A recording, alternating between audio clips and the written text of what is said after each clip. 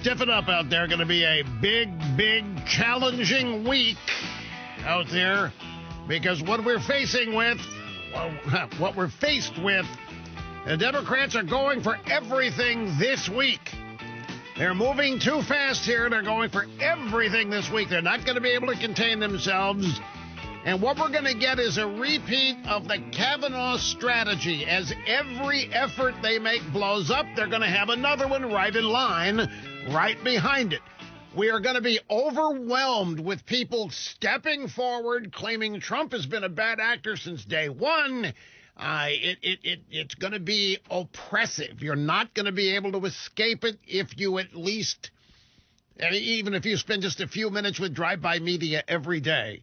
In addition, we got Nikki Haley. I have one question for Nikki Haley. Did you tell Trump what Kelly and Tillerson were doing, or did you save it for the book?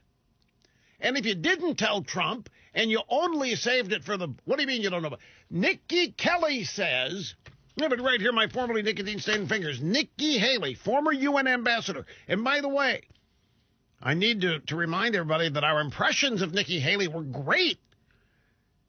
From the beginning of the Trump administration, she was doing a great job at the United Nations. She seemed all in and all over it.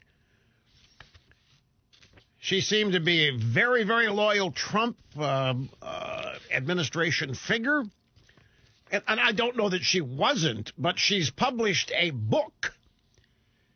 And in the book, the big leak is that she says that the chief of staff, Marine General John Kelly, and Rex Tillerson, the Secretary of State, sought to recruit her to subvert Trump, but that she kept all of this to herself until now, until her book. She didn't tell Trump? Obviously, she didn't tell Trump. Is anybody surprised? I'll tell you, I'm surprised by Tillerson. I'm not surprised by Kelly. But I got Tillerson all wrong. I guess I liked his name too much. I thought the name Rex Tillerson was a perfect name for the CEO of a big, bad fossil fuel oil company. He followed a CEO by the name of Lee Raymond, who was another. Got to see a picture of Lee Raymond on a happy day. This guy is classic, and he was the guy that preceded Rex Tillerson. I thought Tillerson was good, but apparently Tillerson and Kelly were trying to undermine Trump from the get-go. Of course, they were not alone.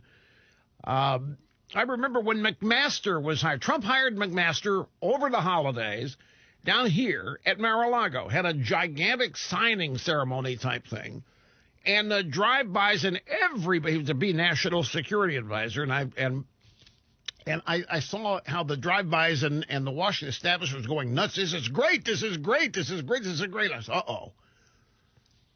Establishment likes somebody, the red flags go up. By the way, we're also learning that it seems like, yes, we're still learning, if there was a nexus, if there was a central point, if there was a sun around which the Get Trump movement was in order, the sun was apparently the national security structure, the national security apparatus, which is a catch-all for national security, which would include a diplomatic corps at the State Department, include military elites, would include the CIA, John Brennan, Director National Intelligence Clapper. And it seems like the National Security Council is where most of the Obama holdovers still are. The National Security Council has not been swept out. It seems the vipers are there. And I recalled a story from long ago in Politico talking about this. I went back and found it, and I will share the details with you as the program unfolds. But you all, wherever I went, Friday, Saturday, so wherever I went, the number one thing people asked me about? Bloomberg.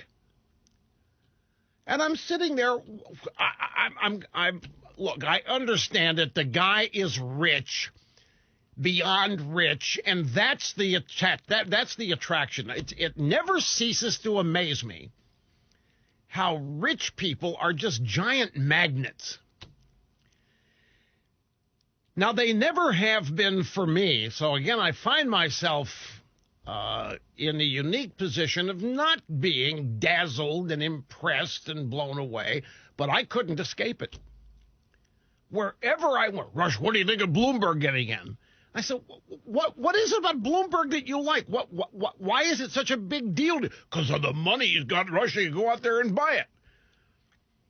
And I said, have you seen a picture of the guy? He's 5 feet tall.